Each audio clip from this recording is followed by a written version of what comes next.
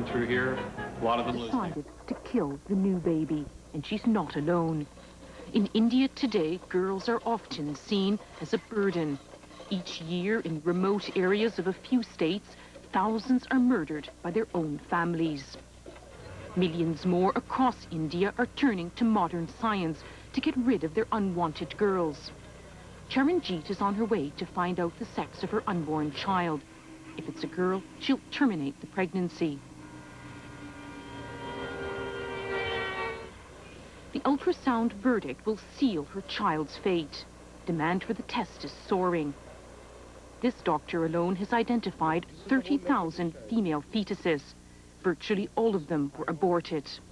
There's another leg, and here I'm seeing the female organs. There's no doubt about, in my mind, it's only a female child. For most of the families, the first birth of a first daughter is bad luck. The second one is viewed as a disaster. And the third one is an utter catastrophe, as if the whole world has fallen apart.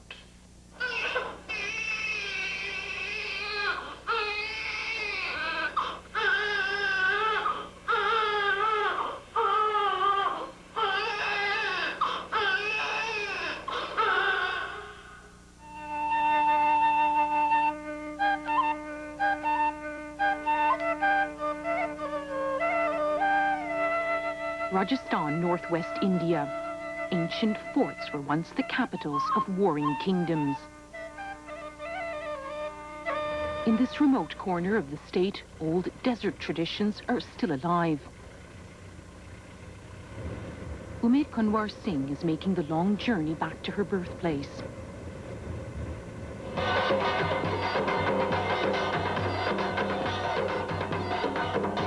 Mrs. Singh is a rare commodity amongst the Rajput tribes.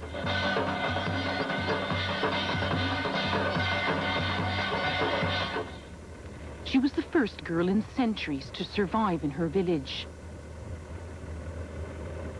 The rest were always killed.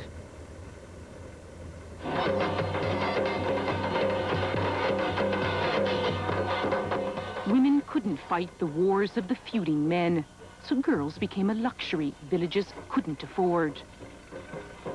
The whole village of Kunda turns out to greet its first daughter and her husband. It's the start of days of celebrations.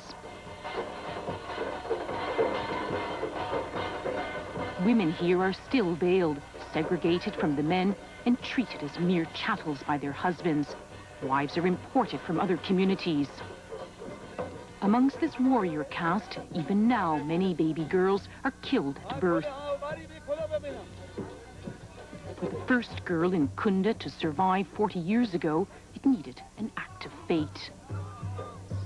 ये तो मेरे को तो इसलिए जिंदा रखा गया कि मेरे वो बाप के गोलियां लगी मेरे फादर के, इसलिए कहा कि अब उनके बीमार है, गोलियां लग गई, इसको रख लो तो वो ठीक हो जाएंगे. Mrs. Singh was lucky. Following tradition, her younger sister was killed. Today, the Rajput women still destroy baby daughters. They leave little evidence, except the unusual number of little boys. Female infanticide in India was outlawed over 100 years ago, but here they live by their own rules. When the girl was born in these villages, the system was to either suffocate her by putting a sandbag on the nose or give her a double dose of opium in liquid form. So that's how they were finished off. In Kunda, they now let some girls live, but out of 100 children, there are still only 14 girls. These girls are the children of a lesser god.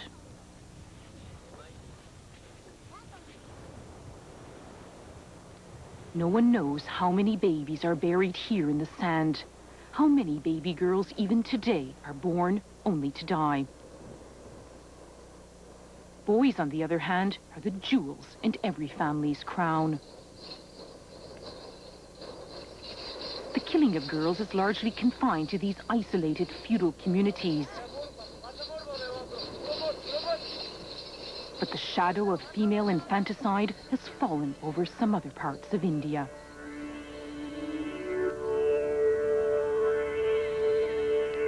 Tamil Nadu in the far south.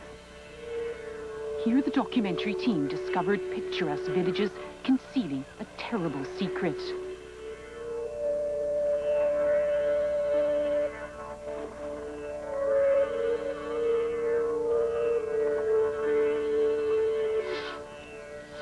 With land shortages and unemployment, parents are killing their girl children to alleviate their poverty.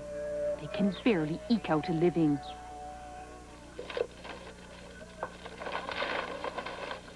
An Adurai earns $1 a day thatching roofs. It's only just enough to support his family. They have one 3-year-old daughter. 2 years ago, desperate to have a son, his wife Vasanti became pregnant. But she had a second daughter. What for most parents would be unthinkable was for them the only course of action. இதுக்கே துணிமணி நம்ம எடுத்து கொடுக்க முடியறதில்ல. அது நம்ம வந்து இன்னும் ஒரு பக்கம் கட்டி கொடுக்கறதுனா சிகிச்சை எடுத்து பண்ணுறது வசதியாக இருக்குது. நம்ம சாப்பிட்றதே கஷ்டமாக இருக்குது. எதை வச்சு நம்ம செய்யறது? அதனால வேண்டாம் கொண்டு போகலாம் அப்படின்னால சரின்ட்டு நான் கொண்டுட்டேன். They poisoned her with the milky juice of the Erukampu plant. சங்கடையில் வந்து பால் கொடுக்குற மாதிரி நம்ம வந்து எப்படி இப்போ பொம்பளைங்க வந்து குழந்தைங்களுக்கு பால் ஊற்றுவாங்களா அது மாதிரி கொஞ்ச நேரம் ஒரு 1/4 மணி நேரம் கற்றுங்க. பால் கற்றும் 6 மணி சேர்த்து. An Adurai's mother administered the poison. It's often the mother-in-law who kills the child. The mothers try to become detached from it. வருத்தமா இருக்குது. வருத்தமா இருந்து என்ன செய்யறது? அப்புறம் வச்சிருந்தாலும் என்ன செய்யறது? நம்மளுக்கு வருத்தம் வச்சிருந்தாலும் வருத்தமாவும் இருக்குது. அப்புறம் அந்த வருத்தத்தையும் பார்க்கறதா இருக்குல்ல. அதனால தான் அப்படி செஞ்சிருக்கு.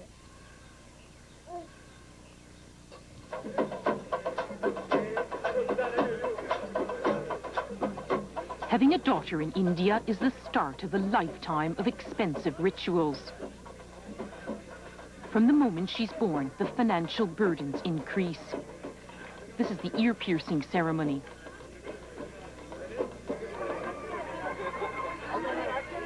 Next is coming of age. Worst of all will be this girl's future marriage. The girl's family will have to pay a dowry to the bridegroom, whatever he asks, even as much as 10 years' salary. The government tried to stamp out the centuries-old dowry system, but without success. It's widespread throughout India. For many families, it's the only way to get their daughters married. And to have an unmarried daughter is a terrible social stigma. This occasion is an ordeal. It's nothing compared to the years of expense her parents will suffer. In village after village, there is the same complaint. Girls are seen as an economic drain. And when they grow up, the work they do at home or in the fields doesn't count. Female infanticide can be a result. This mother has already killed 2 of her daughters. In the southern village of Malipalayam, the practice of infanticide has grown with increased poverty. Now it's almost routine. This woman showed us how they kill many of their baby girls by putting a wet towel over her face and leaving her to die. They say they have no choice because of the rising costs of bringing up girls. அதுதாங்க ஆண் குழந்தைங்கன்னா பொட்டை பிள்ளைங்களுக்கு துணி பாவாடை shirt சாக்கிட்டு உள் பாவாடை இதெல்லாம் கேட்குதுங்க. இது குழந்தை ஆம்பளை பிள்ளையா இருந்துச்சுன்னா இந்த பாருங்க அப்படி ஒரு சட்டி இருந்தா போதும். இப்ப இது இருக்குதுங்க பொண்ணா இருக்குதுங்க. இதுக்கு இப்ப ஒரு சட்டி போட்டு வச்சிருக்கோம். இதுக்கு இப்பதான் போட முடியும். இவ்வளவு பிள்ளைகிட்ட என்னங்க செய்ய முடியும்? அந்த கைப்பத்தை யாருங்க பாக்குறாங்க? கட்டுற புருஷனுமே இங்கெல்லாம் குடிக்காரனாங்க எல்லாம் அடிச்சு துரத்தி விட்டுறாங்க. அதுங்க பாவம் என்ன செய்யும் பாவம்? எந்த கஷ்டத்தை நேர்த்துங்க அதுங்க தூக்கிட்டு அப்படி தெரிய வேண்டியதான் தெருவா. Last year in this tiny village, 8 baby girls were killed. And Malipalayam is not unique. Every year in this part of India, thousands of infant girls are poisoned, smothered, or even choked to death by their own families. A slaughter that for years government doctors, nurses and police have done nothing to stop, even colluding with the killing by accepting it as a fact of life. At local antenatal clinics, they estimate that 4 in every 10 girls are killed. Mothers always let one daughter live, but the pressures grow with every new daughter. All clinics promote contraception, but these women dream of having a son, and they'll keep getting pregnant until they do, despite the painful decisions that brings.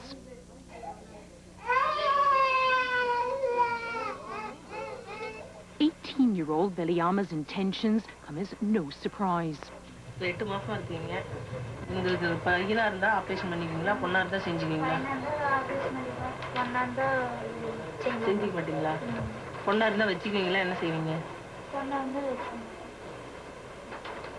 ஏன் பொண்ணா இருந்தா வச்சுக்க மாட்டேன்னு சொல்றீங்க?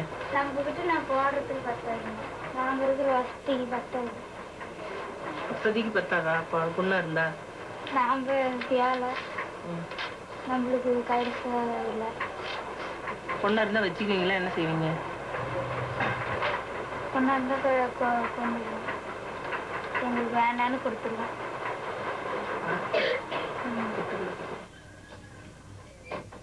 This woman has killed 3 daughters. Last year, she finally had a son and has now been sterilized. Dr. Sushila Chandran delivers about 100 babies a month at her clinic. She estimates 1 in 5 are killed soon after birth, and it's always the baby girls. But she feels powerless to stop it. Suppose baby இது மாதிரி கொண்டு போய் கொண்டுடுவாங்கன்னு தெரிஞ்சும் but என்னால எதுவும் செய்ய முடியாது. ஏன்னா நாம ஒரு இது மாதிரி போலீஸ்ல ரிப்போர்ட் பண்றோம் அப்படின்னு ஆரம்பிச்சா இந்த பப்ளிக் நமக்கு எகெயின்ஸ்டா இண்டிவிஜுவல் பர்சன் நாம தனியப்பட்ட முறையில என்ன ஒண்ணும் பண்ண முடியாது.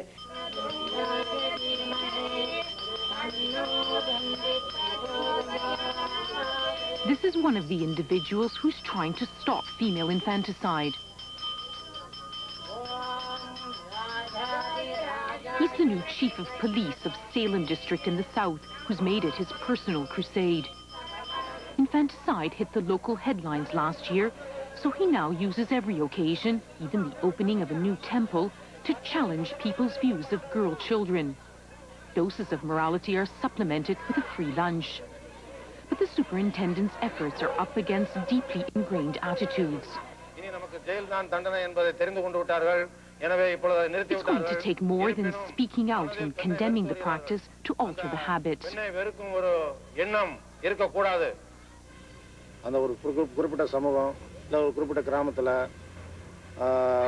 குழந்தைகள் ஒரு பெண் குழந்தைக்கு மேலே பிறந்தால் அது உயிரோட வச்சிருந்தா பின்னால் நமக்கு அது பல விதமான தொல்லை அப்படின்னு ஒழிக்கிறதுல everybody is doing it. So it was not deemed as a crime. அது குற்றமாக யாரும் நினைக்கல, வேற ஒரு சமூகத்தை அநீதியாக நினைக்கல. To back up his words, the superintendent has made some token arrests. He showed cameras where he had exhumed the grave of a baby girl who died under suspicious circumstances. Yes. This is their house. The family denied murder, but the superintendent had no doubt in his mind. We satisfied ourselves with this as mother. Nothing else. Had better be never met with a natural death. Since then, several more graves have been exhumed, but there's still not a single person in jail in India for infanticide.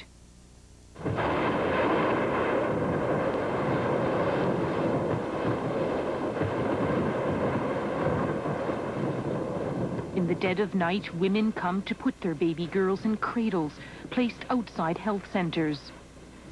Begun 6 months ago, it's the latest government scheme to stop the killings.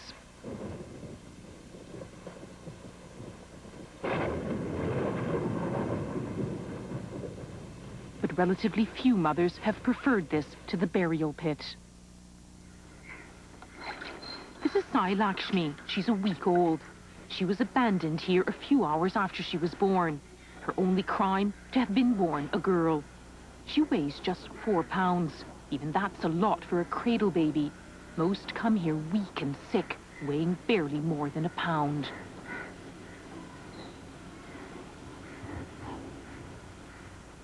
These babies have had a narrow escape.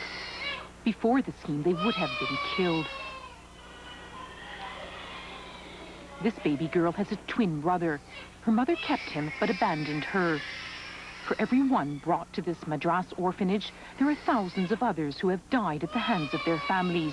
These are fragile babies. Uma Narayan and her staff have a hard battle to keep them alive. When they come here, they are in a poor shape. They are low birth weight babies, and they come, most of them come with umbilical cord infection, and being emotionally deprived children within the womb, they are very vulnerable to infections.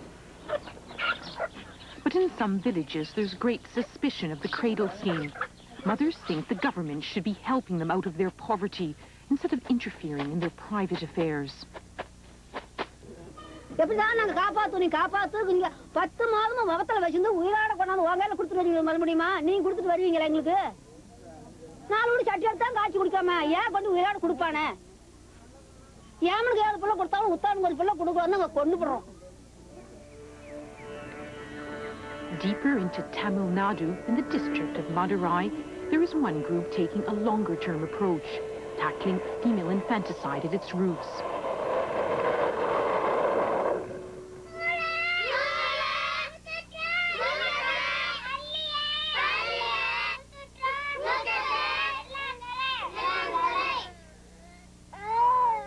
In Mandi Gundu village, the years of killing have taken their toll. In the new creche, there are the telltale signs.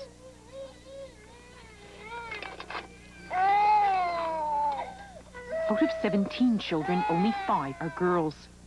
The creche encourages girls' education and so her earning power. The oldest daughter can go to school instead of being trapped looking after her brothers and sisters. When the field workers first arrived 5 years ago, they could bribe the women with a goat not to kill their daughters. Now, as they monitor the pregnant mothers, even loans for land and wells are not enough. It's difficult to convince the villagers. For them, infanticide is a rational reaction to the poverty and social pressures.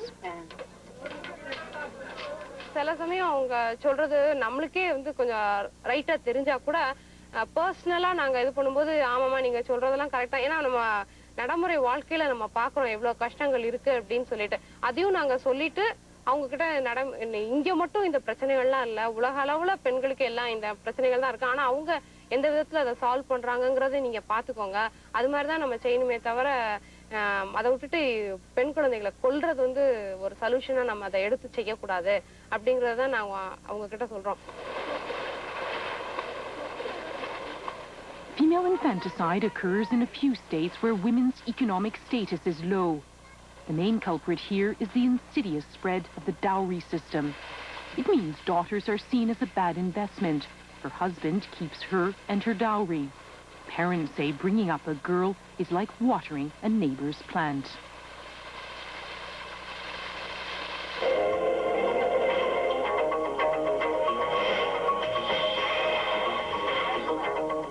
Today, even remote Mandi Gundu has a television, and it's been drawn into the modern consumer world. The dowry system was once exclusive to the upper castes, but now it's been adopted by some of the poorer agricultural castes. It's all part of becoming upwardly mobile, an expensive passport to a better life, according to project leader Andal Damadaran. I think they're being exposed to so many material things which were not there earlier. Radios, TV sets, polyester clothing. The demands are growing, and they seem to find that a dowry is one way of fulfilling all these desires. In spite of all our, religious philosophy, that we should move away from desires. I think it's growing.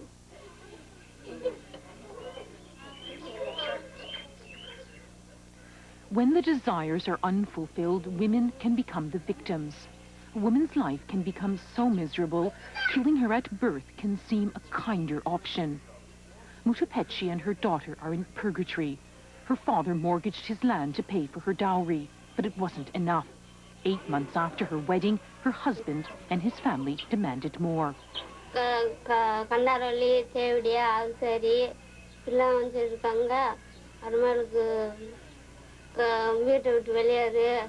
இந்த இது பெரிய ஆத்து இருக்கு, அதுல போய் சாப்பா அப்படி இப்படிலாம் இருக்காங்க. சாப்பாடுன்னு இருக்காங்க. அப்புறம் இது போய் ரூபா வாங்கி அவங்க அப்பா வீட்டுல அப்பா அம்மா கட்டி கொடுத்தாதான் மனசு இல்லாட்டி இல்லை. Her husband turned her out, and she's back a burden on her parents. She'll never marry again. To be a single woman in India is the worst social stigma. She's 17, and her life is effectively over.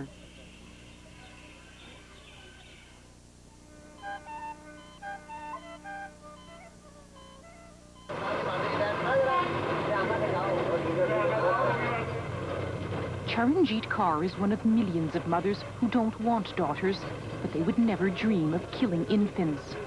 Now they've discovered a new way of getting rid of girls. They flock to the towns where modern technology has provided an efficient weapon. Ludhiana is a booming industrial town in the Punjab, northern India. Here, the latest fashion for sex determination tests has taken hold.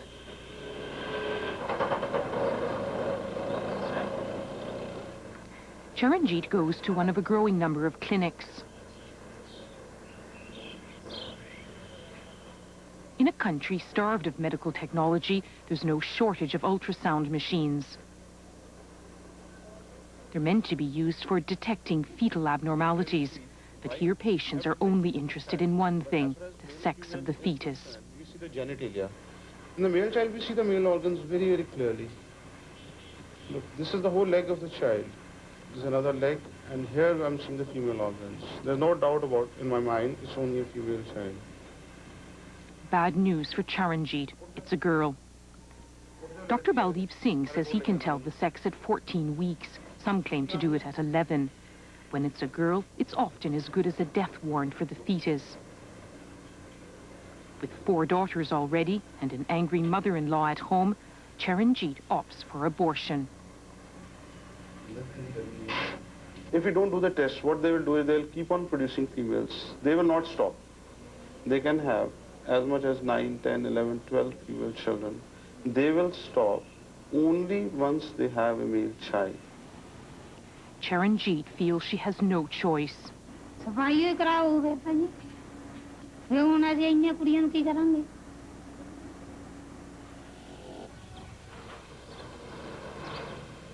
Ultrasound clinics began to mushroom in northern India in the mid-1980s. Since then, they've started to spread throughout the country.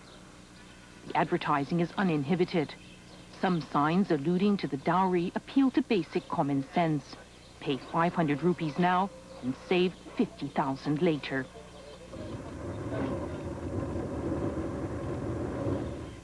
Dr. Singh holds clinics in Punjab villages. Some say ultrasound tests are more available than running water. In 10 years, he has tested 60,000 women, and there's no end to the demand. For him and thousands like him, sex determination is big business. With his ever-portable, ever-lucrative ultrasound machine, Dr. Singh earns $2,000 a week. The average salary is $10. At $20 a test, all classes of women can come.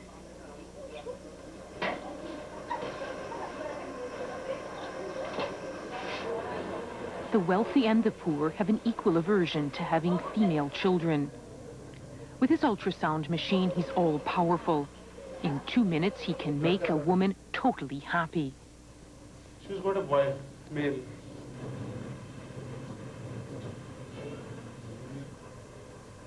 Or if it's a girl, utterly dejected. She's failed again.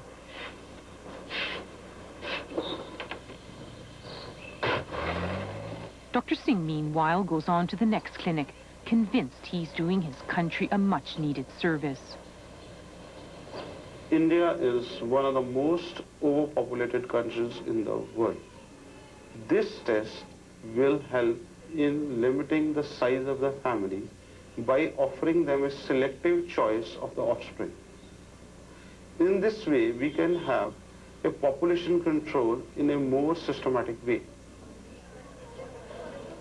At Ludhiana's hospital, doctors view sex determination with foreboding. For decades, families have doted on their boys, but neglected their girls. Dr. Raj Sachar, a community medicine specialist, has been trying to fight the trend.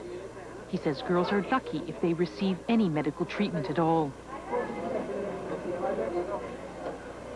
You will find that the male admissions far outnumber the female admissions. Not saying that the females fall sick any less, but they are not brought to the hospital. 10 premature babies hover between life and death in the intensive care ward. Born at home, they've been brought in by desperate parents for special care. 9 of the 10 are boys. Weak baby girls are often left at home to die. Now sex determination provides a new tool to stop them even being born. I agree the topmost priority for India is to control its population. But it certainly is not population control at any price. The absolute numbers are what are important. And the sex composition should be the way nature wants it. You cannot go and choose that we are going to have so many males and so many females. This type of population control would be something similar like Hitler trying to propagate a pure race by getting rid of all the Jews.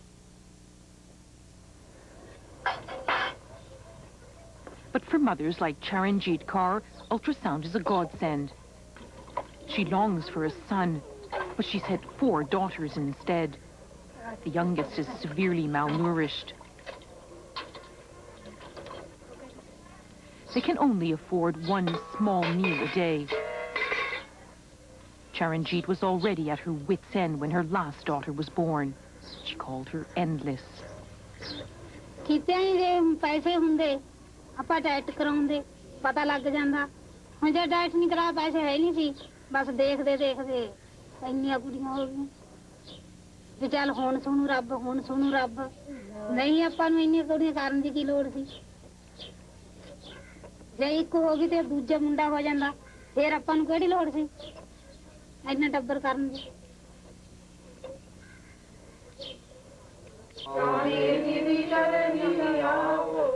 Praveen Anand is pregnant. She and her in-laws are praying for a son. Tomorrow is the sex determination test. The Anands are well off. They own a cable TV company. The poor may consider aborting female fetuses a painful necessity. But for families like this, it's part of the right to choose. Just like I have a black suit, I want to have a green suit also, yellow suit also. You can say that in Almera. You have a lot of colors you should have. But now I have 2 daughters. Now I want to have a son also. In India, we believe that a family is incomplete without a son. It doesn't mean that we are against daughters or anything. We love them like anything. But at least we do feel that at least we must have 1 son.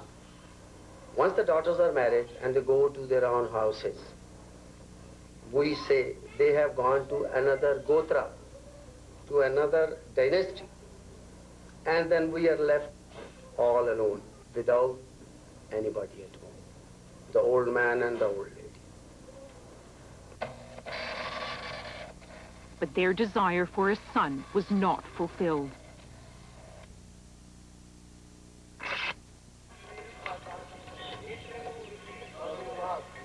Indian families' obsession with sons has deep roots.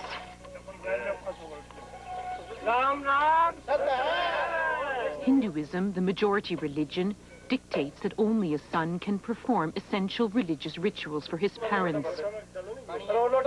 In life, he nurtures their soul, and on death, he attends to their funeral rites. A son is an insurance policy too. He'll look after his parents in their old age and carry on the family name. According to tradition, only a male heir can keep the property intact. On his parents' death, the son must light the funeral pyre. It guarantees they'll reach nirvana, the liberation of the soul.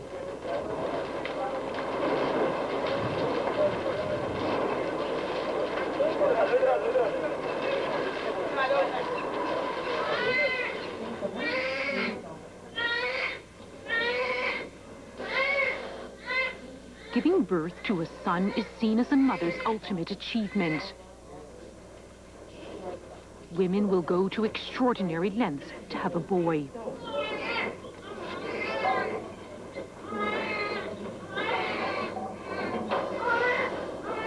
Rani Kaura had 3 daughters, then 3 abortions, after sex determination tests. And now, after 20 years of trying, she has achieved her dream. She had her son by cesarean section. Many mothers demand it. They don't want to take any chances if they know they're carrying a boy. With sex determination, science is reinforcing an ancient prejudice. They used to think now our family is complete, let us be satisfied with 2 daughters. But now when they have the facility, now they want to have 1 male, 1 female. Why not to have the 1 male also? The new arrival is named Gem, and the whole family has come to pay homage. The Kaura family own a steel mill. They already have 3 daughters, but only a son makes them feel the future of the business is secure. Very, very happy. जैसे शरीर है single अब double अपने आप को double महसूस करने लगे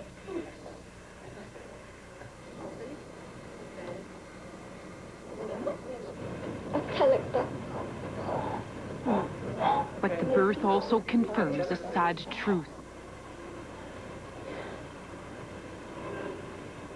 3 beautiful daughters were not good enough to satisfy their parents.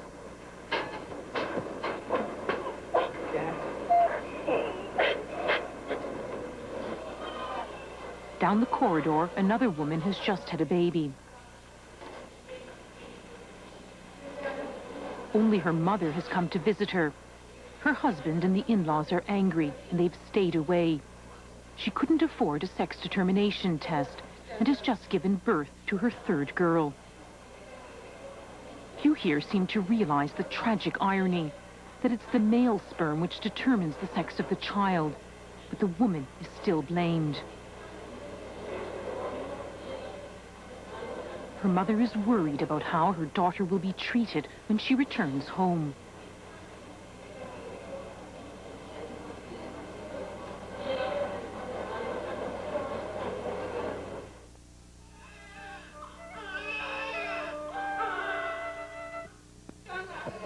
This is what every Indian family dreads, the cost of a daughter's wedding.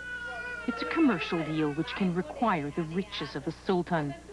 Kalalakshmi takes jewels and 7 gold-embroidered saris to her new husband. Marriages are arranged and often become a simple transfer of capital from one family to another.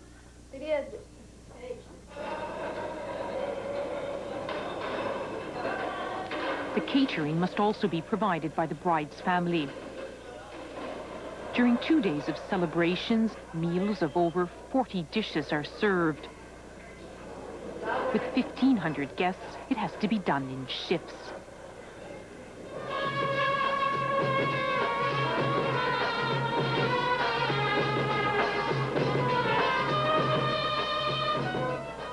Middle-class aspirations to marry their daughters to socially desirable husbands has led to ever more extravagant weddings. A dowry is compulsory. This bridegroom was given gold coins, silver, a new car, a refrigerator, bringing the total wedding cost to over $50,000. But in some families, even that isn't enough to prevent a nightmare.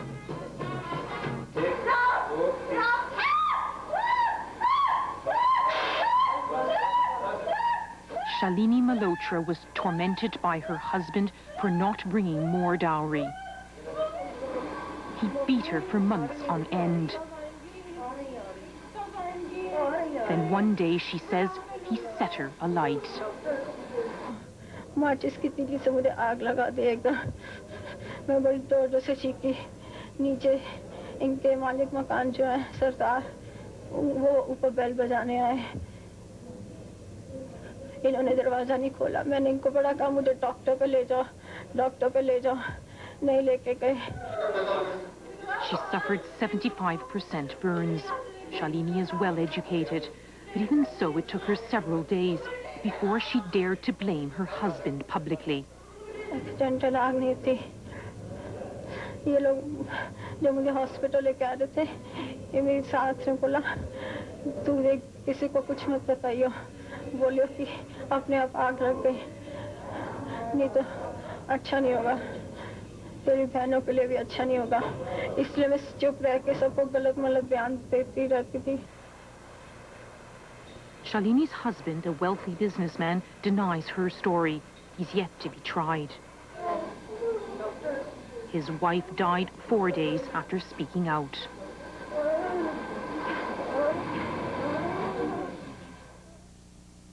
Official statistics show that 2,449 deaths took place in 91 alone, all over the country. The unofficial figures are much higher. And at least one dowry death takes place in the capital every day in this country. So these figures are very, very alarming. There's no question about that. As a leading women's rights lawyer, Rani Jethmalani can get few convictions for bride burning. She's up against a society in which women can be disposed of with impunity. The people who perpetrate these crimes think that women are easily dispensable, that they are unproductive human beings, and if they don't, supply you with commodities, and if there isn't a continuous exchange of gifts for having been accepted within the matrimonial home, they feel that it's perfectly possible to eliminate her quite easily. Girls have been less desirable in India. Now increasingly, they're unborn. It's estimated that every day 3,000 female fetuses are aborted after sex determination tests. This gynecologist offers both the test and the abortion.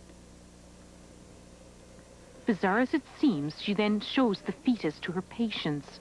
This is a 14 weeks female fetus, and this is... Afterward, they will often take the fetus home for burial. Patient's mother, mother-in-law or father, they want to see the fetus, and because they want to make sure whether it was a girl or not. But abortions are exacting a high price. This woman is having a painful late termination at 20 weeks. Her husband has threatened to marry again if she doesn't produce a son. She had test after test before she was convinced she was carrying a girl. Many people in India are now questioning women's right to choose.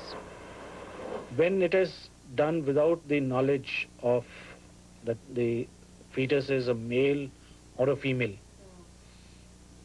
then the law permits it, the society permits it, it is our need, and it doesn't matter.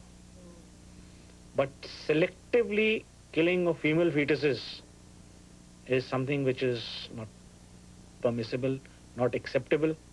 No civilized nation can allow this sort of a thing to go on indefinitely.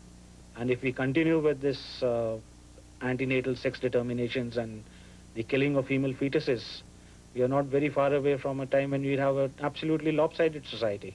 And that's against nature. The population clock ticks away. For decades, the ratio of boys to girls has been rising. With ultrasound and abortion, the trend is accelerating. In most countries, the sex ratio works out to about even or tilts in favor of women. In Canada, for example, there are 17 extra women per 1,000 men. In India, there are 71 less women per 1,000 men. In other words, India is missing 25 million women.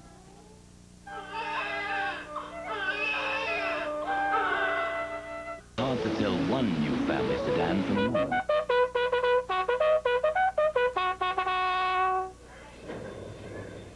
battle lines need to be drawn up to protect women. Good. Ready for inspection, sir. Salem Superintendent calls himself the King of Justice and is doing his bit to protect women. Dismiss.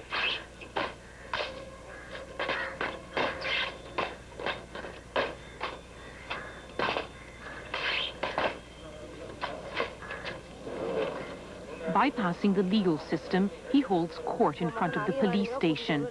He gets dozens of complaints from women and issues summary verdicts on the spot. The dowry has been officially illegal for 30 years, but here it's the only way to get a daughter married. And like so many other laws, no one obeys it. This man beats his wife regularly, complaining she hasn't brought him more jewels. The superintendent has a simple solution.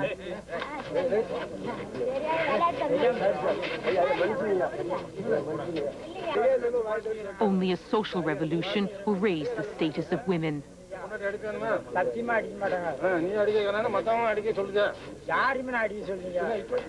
It's going to take concerted determination to make it happen.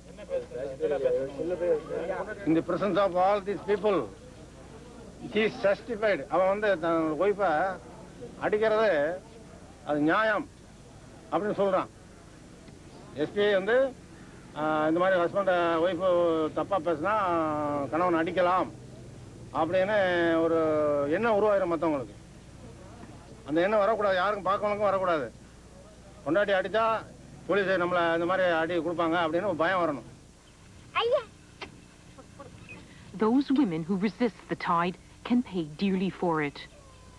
Maheshwari refused to let her husband kill their twin daughters. With the help of her parents, she saved them. The twins are now a year old, but keeping them alive cost them their home, and they're shunned by the neighbors. Mother and daughter now have to live with Maheshwari's parents. So much for the dowry they paid, worth 15 years' salary. எங்க மனசு நெஞ்சு சீ பிடிச்ச மாதிரி இருக்குது. அவ்வளவு தொந்தரவு எங்களுக்கு. இவ்வளவு தூரம் நம்ம இத்தனை எல்லாம் செஞ்சு காசை கொடுத்து குழந்தைங்களை காப்பாத்தலாம்னு நினைச்சு நம்ம செஞ்சோமே, இப்ப கொல்ல சொல்றாங்களே. நம்ம குழந்தை கஷ்டப்பட்டு அப்படி நெத்தி தண்ணி வலிச்சு ஊத்தியாவது குழந்தைங்களை காப்பாத்தணும். நமக்கு ஒரு காலத்துல அது புண்ணியம் கிடைக்கும். ஆனா குழந்தைங்களை கொண்டுட்டோம்னா கண்டிப்பா பாவம் கிடைக்கும். அதுங்களை காப்பாத்துற அளவுக்கு நமக்கு புண்ணியம் கிடைக்கும்.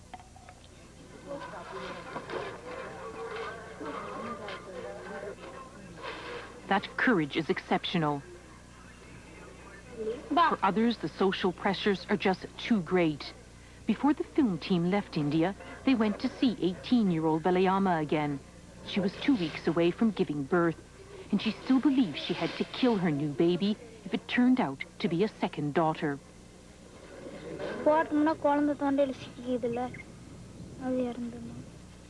நம்மளுக்கு முடியாதனால தான் அதெல்லாம் செய்யறோம். நம்மளுக்கு வசதி இருந்தா அதெல்லாம் வச்சு இருக்கிறீங்க வளர்த்த முடியும்.